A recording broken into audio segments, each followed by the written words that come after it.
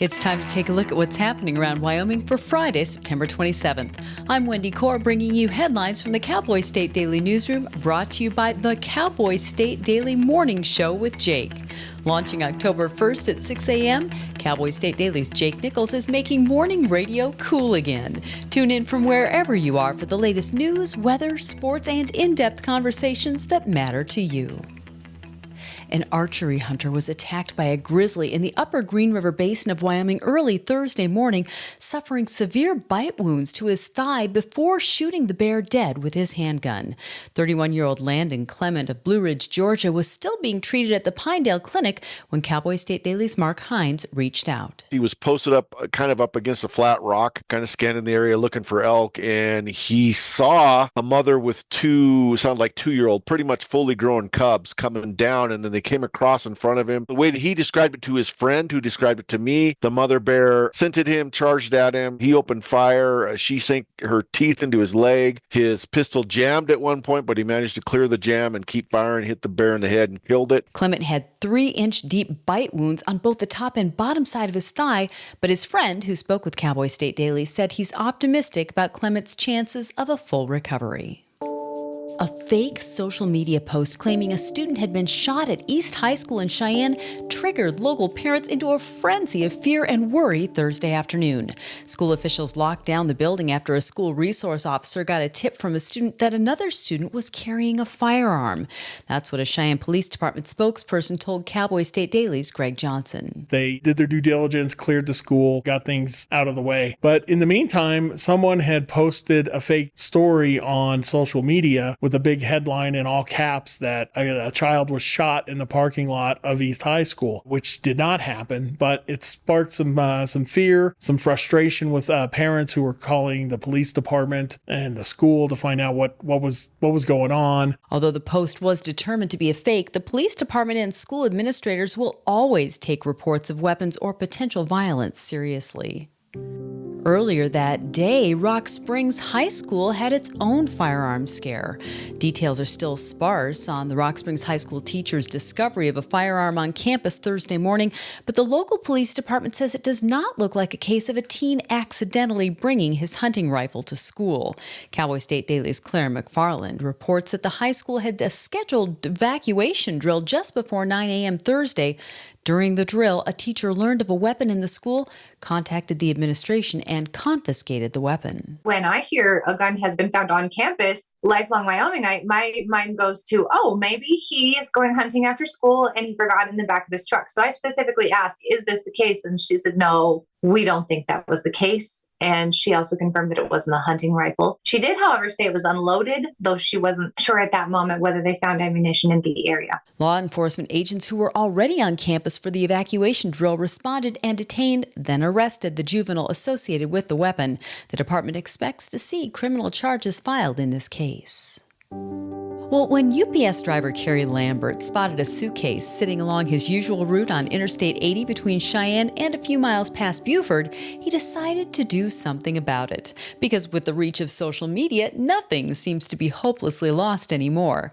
Cowboy State Daily's Andrew Rossi reports that Lambert's small act of kindness made a big difference for a Colorado kid. The UPS driver found the suitcase untouched on the side of the road, picked it up, and he opened it up to see if he could find an address or a phone number. He didn't find anything like that, but he found a T-shirt from a charter school in Colorado. But this was during the middle of summer, so he waited until the school year started, contacted the school, posted about it on Facebook saying, I have this suitcase and I want to get it back to its owner, because he knew it was a kid because it was a kid-sized T-shirt.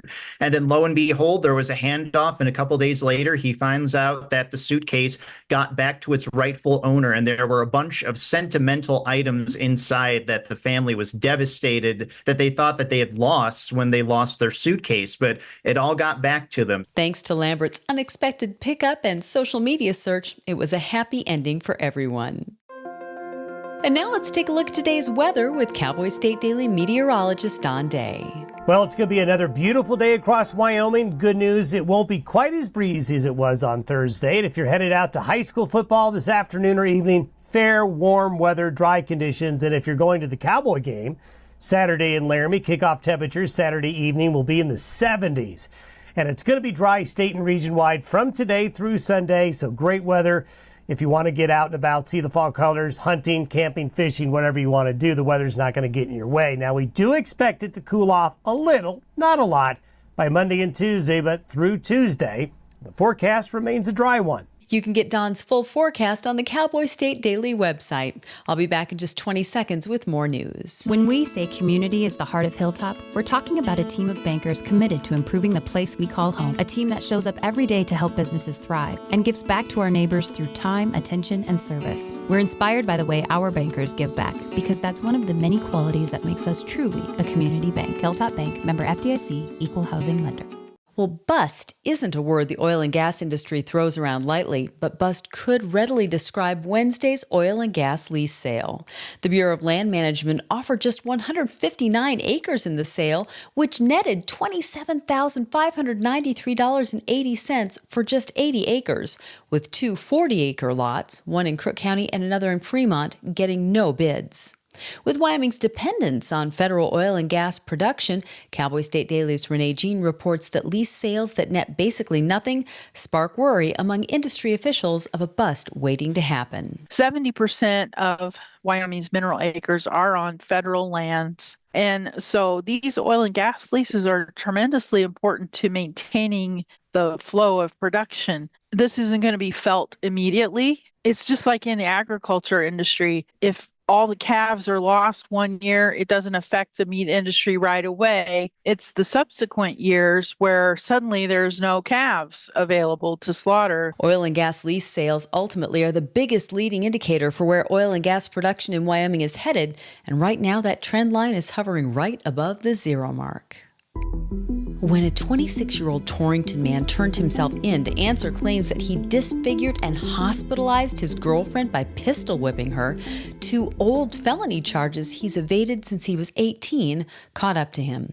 Cowboy State Daily's Claire McFarland reports that Andrew Atkinson had been avoiding two very serious charges from 2016, both of which are being brought forward now. Basically evaded these other felony charges, one burglary and one strangulation of a household member, for 8 years since he was 18, according to his court file. Alleged to have kind of scooped up his girlfriend, dumped her on the sidewalk or the concrete outside, and wrapped a belt around her neck and tightened it for a period of time. So that's the allegation from 2016, along with one claiming he stole like $5,000 out of a woman's vehicle. Atkinson's attorney has argued for a low bond pending further court action, but the judge has ordered a $221,775 cash-only bond in this case. A 26-year-old Evansville man charged with killing another man in a drug deal gone bad has pleaded guilty to involuntary manslaughter. Rajion Vu was originally charged with second-degree murder for the February 1st shooting death of 30-year-old Brandon Lopez during a marijuana deal. Although he had originally pleaded not guilty to the second-degree murder charge, Cowboy State Daily's Dale Killingbeck said Vu changed his plea on Thursday. What was interesting to me is both charges carry 20-year penalties, but the second-degree murder charge carries a mandatory 20 years, and this involuntary manslaughter charge is 20 years or less. And his attorney said in court today that he intends to bring several witnesses at the sentencing hearing to talk about the character of his client. So it seems like the strategy is going to be to try and convince the judge that he's not worthy of serving 20 years on this case. Vu remains jailed on a $750,000 bond. And the latest acquisition at the Buffalo Bills Center of the West is a famous portrait of an icon painted by another icon. The Whitney Western Art Museum unveiled a recently acquired serigraph portrait of General George Armstrong Custer created by pop artist Andy Warhol. The image is part of Warhol's Cowboys and Indians portfolio, but Cowboy State Daily's Andrew Rossi reports that this 40 by 40-inch print in Cody is one of a kind and uniquely appropriate to hang in the Buffalo Bills Center of the West. The Custer image was created as part of a 10-image portfolio called Cowboys and Indians that had Custer, Annie Oakley, John Wayne, Geronimo, a bunch of Western figures and images. The thing that makes the recent acquisition at the Whitney Western Art Museum at the Buffalo Bills Center of the West unique is that it's one of Warhol's experimental colorings of Custer. He has an army blue hat and coat, and he has golden yellow hair. The museum's latest acquisition will be featured prominently in an upcoming exhibit. Pop Goes the West will highlight 20 artists working at the intersection of pop art and Western art and will open in May of 2025. And that's today's news. For a deeper dive into the people and issues that affect Wyoming, check out The Roundup, conversations with the most interesting people in the Cowboy State. A new episode drops tomorrow when I have a conversation with Mandy Fable with Leadership Wyoming. You can find the link on our website, on our YouTube channel, and wherever you get your podcasts. And of course, you'll find it in our free daily email newsletter. Thanks for tuning in. I'm Wendy Corr for Cowboy State Daily.